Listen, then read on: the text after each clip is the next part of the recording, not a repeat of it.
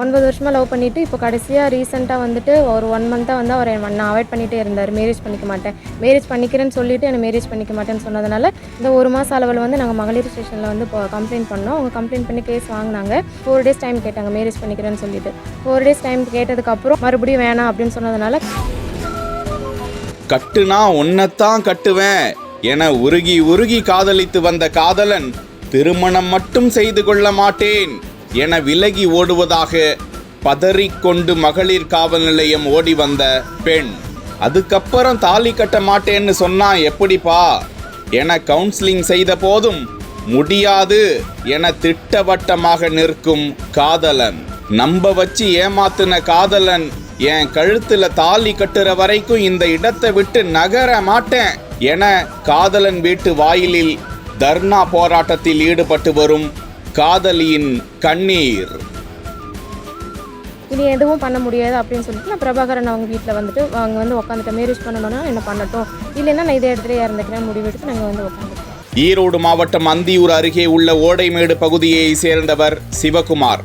இவரது மகள் 24 வயதான பிஇ பட்டதாரி பெண்ணான சிவரஞ்சினி. அந்தியூர் அடுத்த சமத்துவபுரம் அண்ணா நகர் பகுதியில் வசிக்கும் முருகன் என்பவரது மகன் 30 வயதான பிரபாகரன் டெல்லியில் தனியார் நிறுவனம் ஒன்றில் பொறியாளராக பணிபுரிந்து வருகிறாராம். கடந்த 9 வருடங்களுக்கு முன்பாக பிரபாகரனும் சிவரஞ்சினியும் உறவினர்கள் வீட்டிற்கு வந்து செல்லும் போது பழக்கம் ஏற்பட்டு ஒருவருக்கு ஒருவர் எனக்கு நீந்தான் உனக்கு நான் தான் என கூறி உயிருக்கு உயிராக காதலித்து வந்ததாக கூறப்படுகிறது. இந்த காதல் விவகாரம் வீட்டிற்கு தெரியவர பிரபாகரனின் பெற்றோர் இதற்கு எதிர்ப்பு தெரிவித்து வந்தார்களாம். அப்படியிருந்தும் சிவரஞ்சினியை விட்டுவிட மாட்டேன் என உறுதி கூறி வந்திருக்கிறார் பிரபாகரன். ஆனால் திடீரென அவரது மனதிற்கு என்ன ஆனதோ தெரியவில்லை.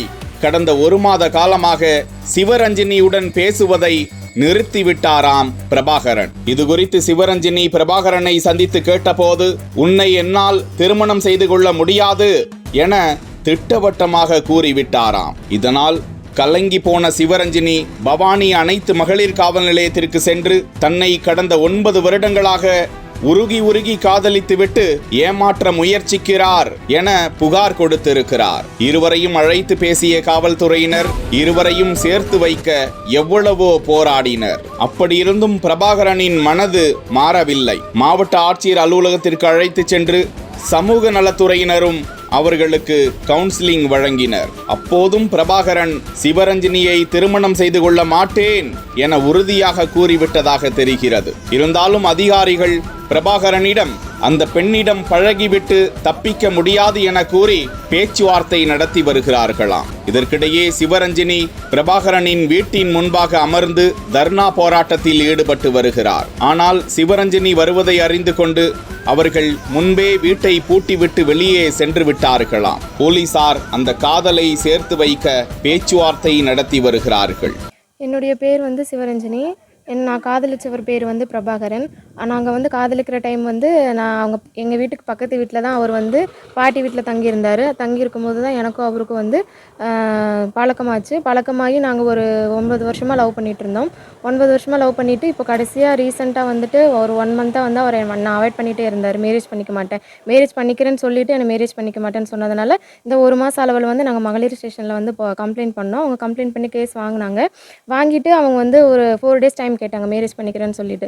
4 days டைம் கேட்டதுக்கப்புறம் அவங்க வந்து என்ன வேண்டாம், கோயிலுக்கு போயிட்டு வந்ததுக்கப்புறம் 4 daysக்கு அப்புறம் மறுபடியும் வேணாம் அப்படின்னு சொன்னதுனால கலெக்டர் ஆஃபீஸ்க்கு எங்களை கவுன்சிலிங் அனுப்புனாங்க. கவுன்சிலிங் அனுப்பின இடத்துல வந்துட்டு ஒரு திங்கக்கிழமை வந்து எங்களுக்கு கவுன்சிலிங் அட்டன் பண்ணி பேசினாங்க 2 பேர்த்துக்கிட்டையும். மறுபடியும் எங்களை வந்து சாட்டர்டே வந்து பாருங்கள் கவுன்சிலிங்க்கு அப்படின்னு சொன்னாங்க. அதுக்கப்புறம் அவங்க டீட்டெயில்ஸ் ஏதாவது வேணும்னா கேளுங்க, கவுன்சிலிங் கொடுத்தவங்க நம்பர் கொடுத்தாங்க. அவங்ககிட்ட கேட்டதுக்கு அவங்க வந்துட்டு இதுக்கெல்லாம் எந்த ஆக்ஷனும் எடுக்க முடியாது அப்படின்ற மாதிரி வந்து அவங்க சொன்னாங்க. அவங்க சொன்னதுனால இனி எதுவும் பண்ண முடியாது அப்படின்னு சொல்லிட்டு நான் பிரபாகரன் அவங்க வீட்டில் வந்துட்டு அவங்க வந்து உட்காந்துட்டு மேரேஜ் பண்ணணும்னா என்ன பண்ணட்டும், இல்லைன்னா நான் இதே இடத்துல இறந்துக்கிறேன் முடிவெடுத்து நாங்கள் வந்து உட்காந்துக்கிட்டேன். அவர் வந்து என்னை அவாய்ட் பண்ணுறதுக்கு முக்கியமான காரணம் வந்து என்னை மேரேஜ் பண்ணால் அவங்க அம்மா வந்து இறந்துருவாங்களாம். அதனால் வந்து என்னை அவாய்ட் பண்ணி மேரேஜ் பண்ணிக்க மாட்டேன்னு சொல்கிறாரு. ஒரே கம்யூனிட்டி தான், ஒரே கேஸ்ட் தான், சொந்தக்காரங்க தான்.